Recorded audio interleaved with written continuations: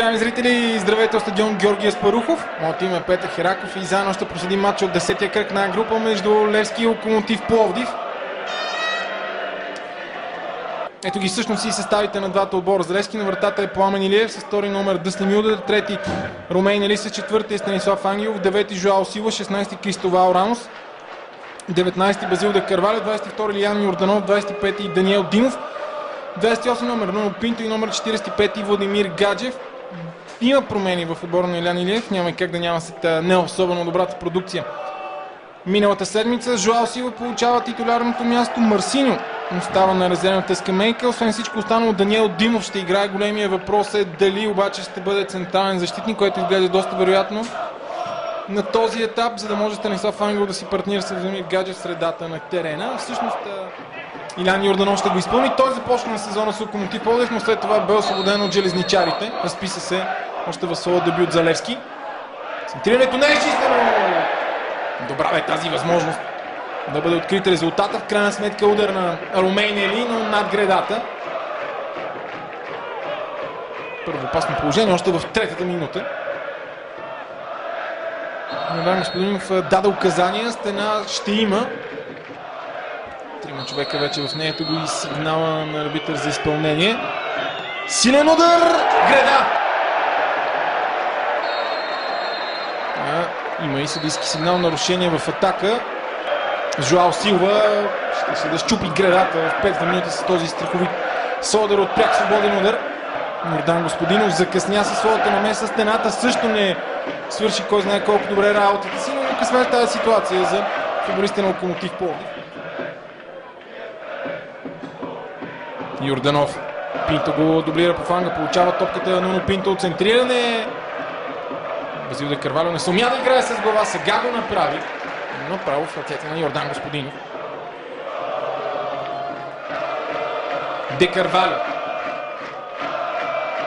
успя да се справи с Котев, а след това и сам да отнеме топката, стреля Де Карвалю. Ели, още едно диагонално подаване. Мюлдер много добре овладя топката. Йорданов влиза навътре, което означава, че може и да стреля. Все още обаче не го прави. Подаване за Рамос.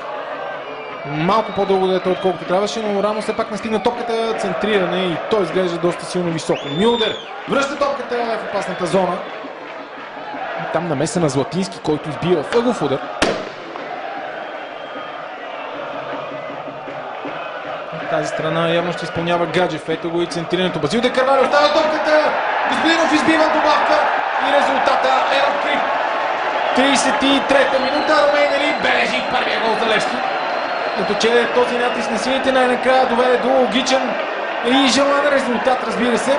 Йордан Господинов успя да спаси първия удар в налето, но при добавката вече нямаше какво да направи. И Левски повежда с 1-0. Разбира се, най-доброто лекарство за загуба е победа в следващия матч. Сините започват по подходящ начин.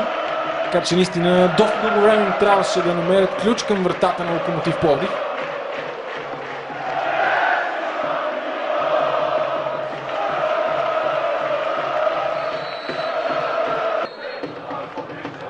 Центриране на Златински, Ангелов изчиства. Гаджев не сумя да прави топката достатъчно далеч от наказателното време. Маламов. Гаджев на почивката е сменил своите бутони. Гаджев търси Базил де Карвалю. Няма засада. Базил де Карвалю. Жоао Сила му оказва подкрепа. Подаване за Жоао Сила. Това трябва да е 2-0. И е 2-0 за Левски. 50-та минута. Перфектна контратака за отбора на Левски. Ето че и Жоао Сила най-накрая открива своята голова сметка. За засада нямаше. Примитърно от двете подавания. Много сериозна заслуга, разбира се, и на Гаджев и на Базил де Карвалю. Базил де Карвалю отигра ситуацията така, както трябва да го направи. Подава на свой съотборник, вместо да се пълкоми и да стреля, и съвсем логично. Левски вече има 2 чисти гола аванс.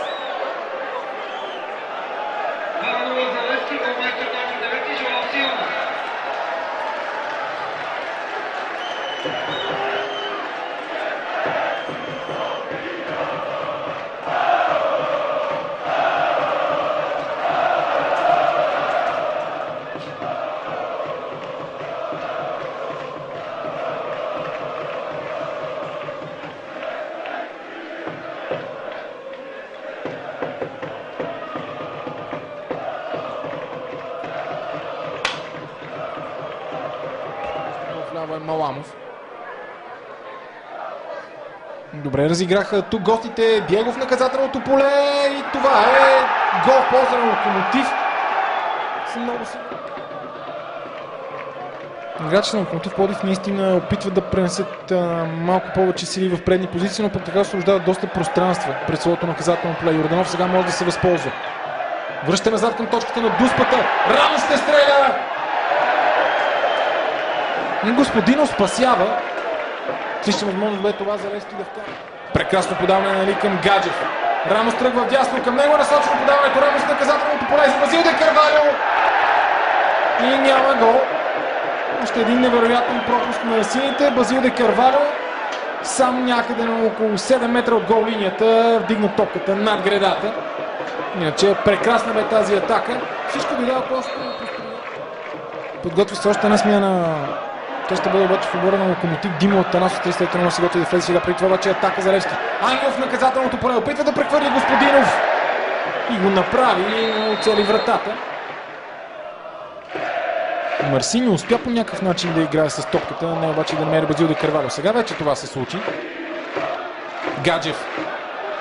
Гаджев ще стреля, но няма да оцели вратата. Ноно Пинто. Милдър тръгва по десния фланг. Към него е насочено подаването. Успява да владее холандеца. Лошо си провежда обаче. Все пак стига до топката, стреля! Цел във вратата. Прави впечатление, че играчите на Локомотив наистина се изтеглиха много напред, някъде на 10 метра. Ели. Чисти в тъч. Поглежда своя часовник Георги Игнатов. Явно обаче ще остави и тази атака на Локомотив. Ето го центрирането и това е всичко. Левски спечели с 2-1 срещу Локомотив Пловдив. Много от 10-тия кръг на А група. Сините имаха доста сериозно превъзходство през по-голямата част от двубоя. И успяха с голове на Ромейн Ели и Жоао Силва, първи техни за клуба, да стигнат до аванс от 2 гола. След това Локомотив върнено попадение благодарение на Атанас Курдов или автогол на Ноно Пинто. Това ще трябва да проверим какво е записал съдията всъщност на този двубой. След това сините имаха няколко положения да стигнат до трети гол. Пропиляха ги обаче с лека ръка, за да се наложи да треперят в последните минути. Не, че Локомотив имаше кой знае какви възможности да стигне до гол. Важното обаче от гледна точка на Левски е, че след загубата във вечното дерби сините спечелиха с 2-1 и се връщат на правилния път, а и както се очертава Лудогорец да загуби точки в Бургас. Разликата до върха на класирането може да бъде минимална, ако въобще има такава. Това беше всичко от мен, Петър Хераков. Лека вечер и до следващия път.